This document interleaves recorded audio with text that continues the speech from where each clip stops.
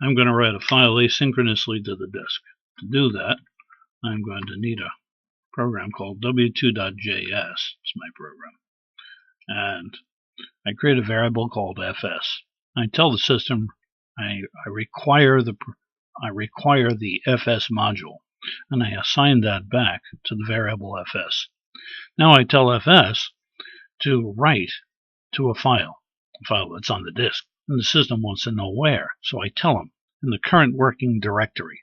The name of the file I want you to create is w2.txt, and I want you to write the following to that file. I can't speak Japanese. Upon completion, I want you to execute this function. If there's an error, put it into this variable here, and then within curly braces, I want you to do the following. I want you to write, log, to the console, the black screen in the background. I want you to write to that console the following. I'm done writing.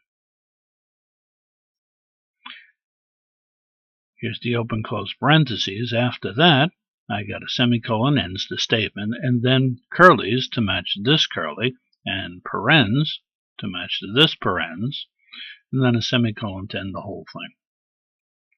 Now at the very end of my program, I have the following. Write to the console, last statement in the program. This is totally unnecessary.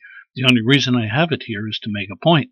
This is the very last statement in the program. This should be printed out last, but what you will see is when we run this program, this is going to get printed out first. Well, how can that be? Because I'm writing this asynchronously. When you write something asynchronously, the system goes like this.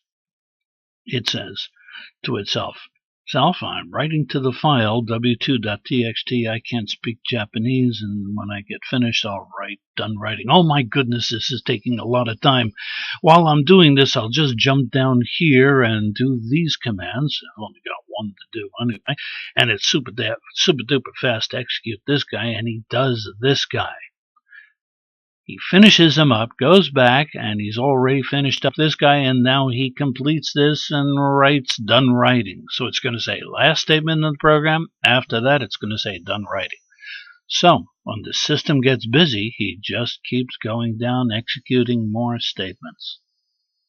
Oh, that's asynchronous programming.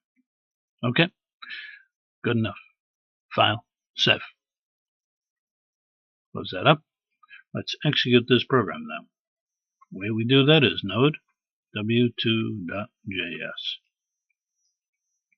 Hit enter.